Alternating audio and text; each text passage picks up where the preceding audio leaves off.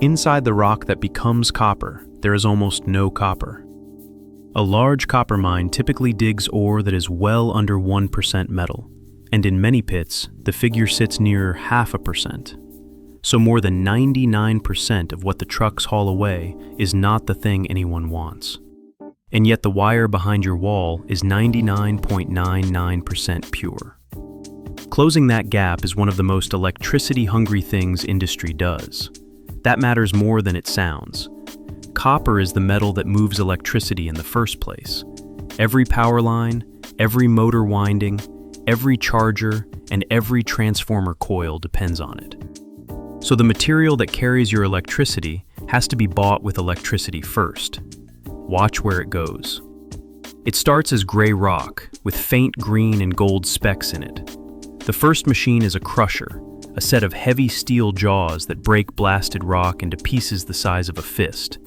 Those pieces fall into a grinding mill, a huge rotating steel drum loaded with steel balls that tumble and hammer the rock into a powder finer than sand. This one step is the largest single electricity consumer on the whole site. Studies of copper operations put crushing and grinding at roughly half of a mine's energy use. And at Escondida in Chile, the largest copper mine in the world, those mills run around the clock. Why grind it so fine?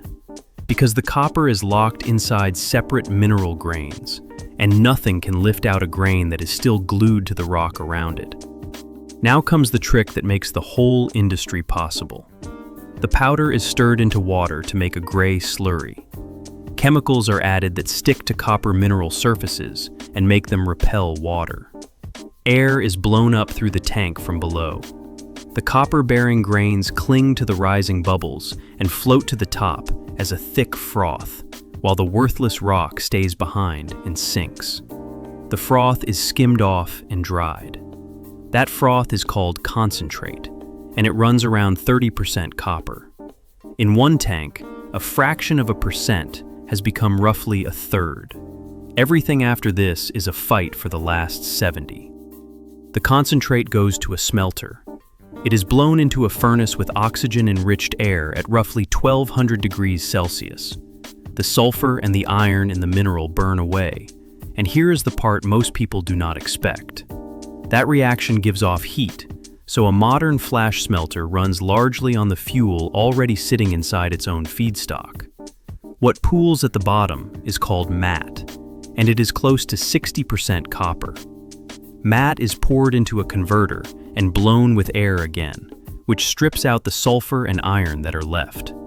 Out comes blister copper, about 99% pure, named for the gas bubbles that pit its surface as it cools. 99% sounds finished. It is not.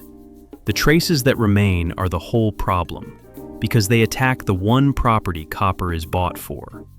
A small amount of the wrong element, and the conductivity drops. So the copper is cast into thick slabs called anodes, and each anode is hung in a tank of acidic copper solution facing a thin starter sheet. Then a current is switched on.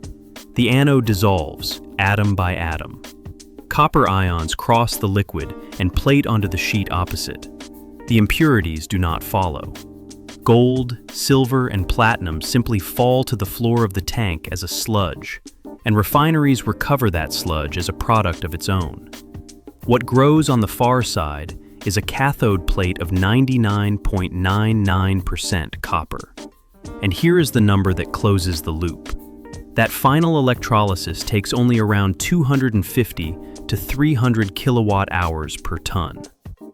Aluminium, which is won by electrolysis outright, needs something like 50 times more. Copper gives up its impurities at low voltage, which is why the grinding mill, and not the refinery, is the expensive part of a copper plant. If you want to know how the machines and materials behind your electricity actually work, that is what this channel takes apart, one at a time. Subscribing costs nothing and keeps the next one in front of you.